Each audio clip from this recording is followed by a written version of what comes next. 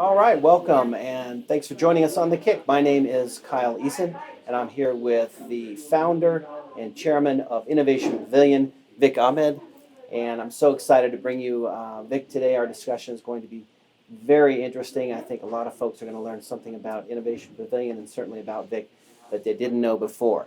Uh, very kind of important day happened yesterday, fourth anniversary celebration for Innovation Pavilion. It's very exciting. I'll let Vic tell you a little bit about that.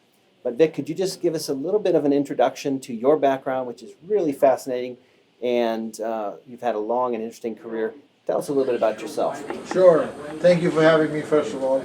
I'm originally from Pakistan, and I came to the US for my undergrad education in Washington University in St. Louis. And I was majoring in computer sciences and systems engineering.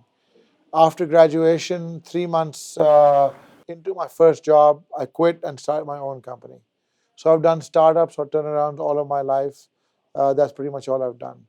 The first two-thirds was serial, one after the other, and the last third has been somewhat in parallel, some as an angel investor in companies, some on board of companies, and some as CEO of some high-growth company. Outside of my day job, very involved in the intersection of community building, policy making, economic development, and technology. Just a few examples. The governor was graciously had come in to do the innovation awards that we started in our fourth anniversary here yesterday, and this will be an ongoing thing every year for us now. So when the governor uh, became governor, he wanted one of the things he wanted to do was to make Colorado the most innovative states in the country, and he recruited 14 C levels to help him chart that course. So I was one of the founding members of the board, which is now called COIN. And I think the governor and the board has really done some great things, as you can see from the notoriety that Colorado continues to get in innovation and entrepreneurship. Our Secretary of Technology has an IT Economic Development Board. I'm on that. Colorado Technology Association, the largest trade body for tech companies. I was vice chair for 2 years, chairman for 2 years. Colorado Association of Manufacturing and Technology, now called Manufacturers Edge. I'm the current chair of, and we are mostly funded by the federal government to help local manufacturers here in Colorado. I'm also was on the global board of trustees of TIE, which is one of the largest nonprofits in the world focused on fostering entrepreneurship. Also, the founder of the local chapter here in Colorado. Also, chairman of the board for STEM Academy, which also operates a STEM school here in Highlands Ranch, which we actually we have incorporated that into our Innovation Pavilion model. So I've shared a number of these things because they all tie into Innovation Pavilion. I've done a few other things here and there, but I won't go into that detail. It's hard to describe our model as an incubator. As we have discussed before, we are more than an incubator, but I can't really find an exact expression that covers all aspects of what we do. So we are more of an economic development model, particularly for second and third tier cities, and specifically those that are adjacent to a significant city, like we are in the city of Centennial, which is right next to city of Denver, right? And then we are now we're making a new one in the town of Parker, and another one in the city of Olathe, which is right next to Kansas City. And we are in conversation with 20 other cities across the country to do a similar thing over there as well. So the three components of what we do in these campuses that we built out, the first thing is standing up niche entrepreneurial ecosystems. And examples in Colorado, we were the founders along with Denver South Economic Development Partnership for the digital health focused community, which is called Prime Health, and has now become its own Colorado-based nonprofit.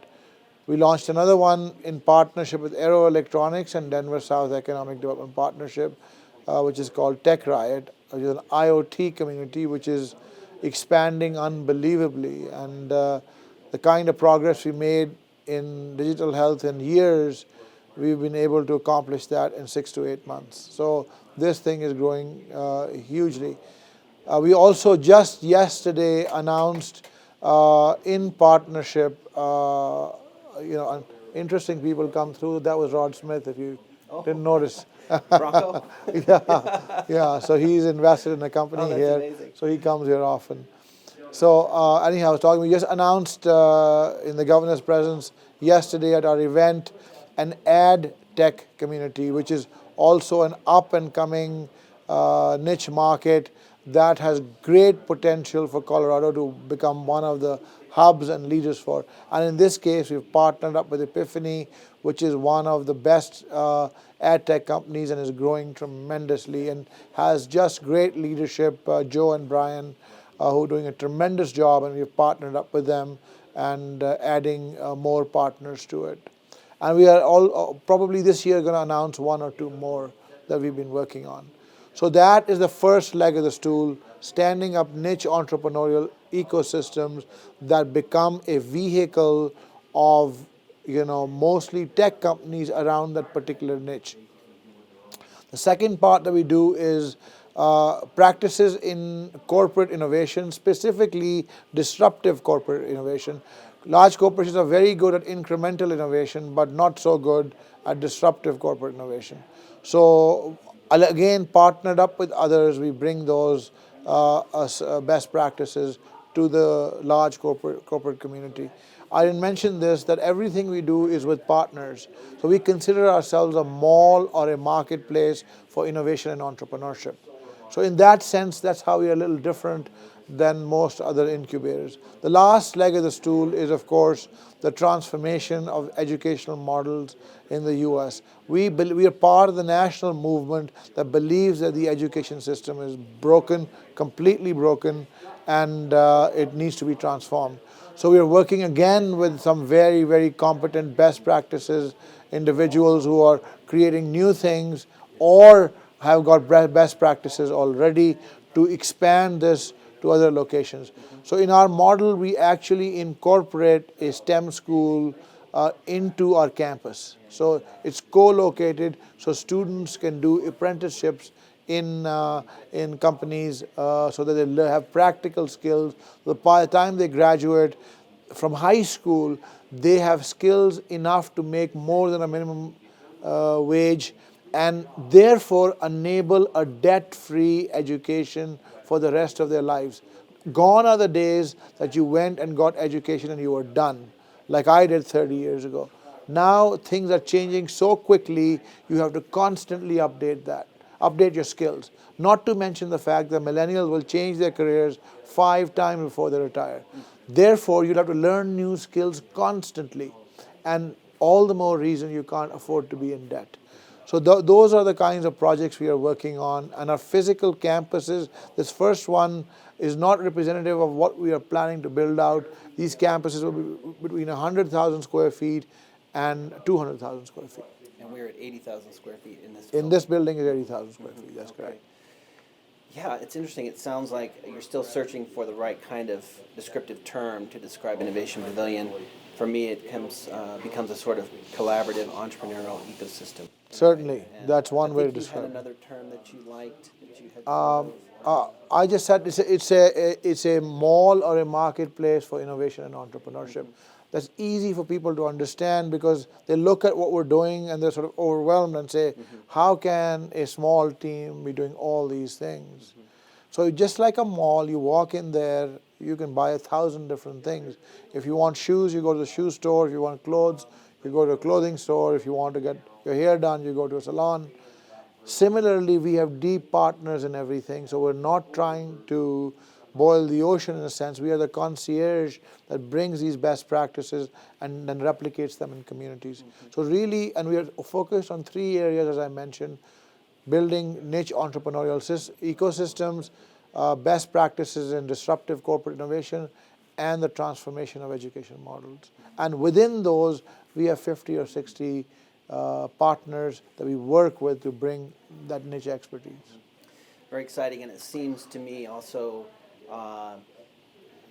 it sort of embodies that Colorado collaborative ethic that you see in a lot of places in Colorado. Would you say that's true? Absolutely true.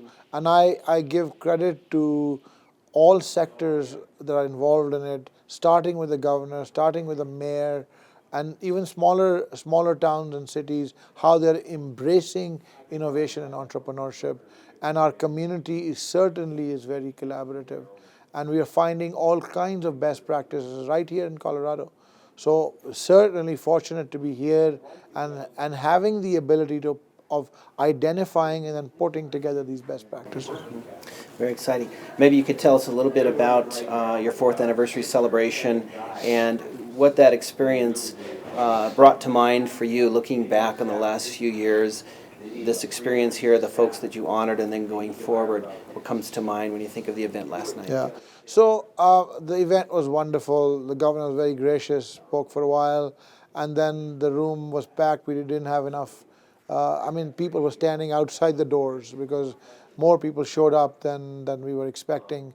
And this was in Parker also, so it was quite a hall. We had so many people, even from Boulder, who had showed up for that. So it was sort of, in my mind, a validation of what we've been trying to do the last 4 years.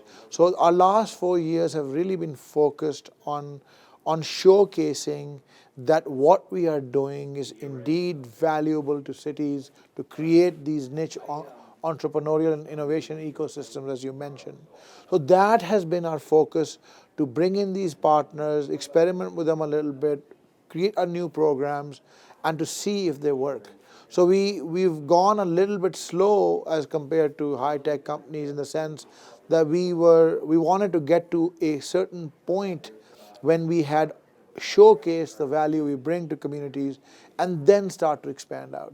So we feel that this year will start that high growth path for us, because we have done the part about showcasing that we can bring significant value in economic development and other aspects to these cities. Well, I know you have an amazing team, and I've met several of the folks that are on board, and just high performers and fantastic individuals. So that's exciting to see. Is there anything else you'd like to add, Vic, in terms of what's next for Innovation Pavilion or any of the other ventures that you're involved with? Yeah, you mentioned the team. Extremely fortunate. Most of them are millennials. And people complain that millennials don't have a work ethic and stuff like that. But I gotta tell you that we have just a phenomenal team who is doing what they're doing because they feel the passion for it. We don't pay particularly high. In fact, we play below market because we're in a startup stage here. And it's not just that these people are working here at probably lower salaries that they can make elsewhere, but the level of commitment despite that. And it is absolutely amazing. I am inspired every day by our team and our partners who are doing such great things. So that, I think, has been the biggest blessing of all. And moving forward, again, we're entering a different phase of our company's growth and life, in the sense that now is a high growth stage that is coming. So there'll be more processes around that and stuff like that. We're a very close-knit community within our partners and our team members here at IP. It's like a family almost. Our people who come to IP are part of our family and very much part of what we are building over here. So that's the sense it is today. We're hoping that we can replicate that in other places, in other cities also, because I think that makes a big difference in terms of how we are differentiated. So that's fantastic, and people can watch the progress on, is it innovationpavilion.com? Yes.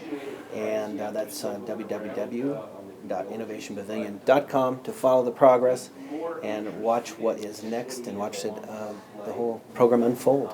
Well, thank you.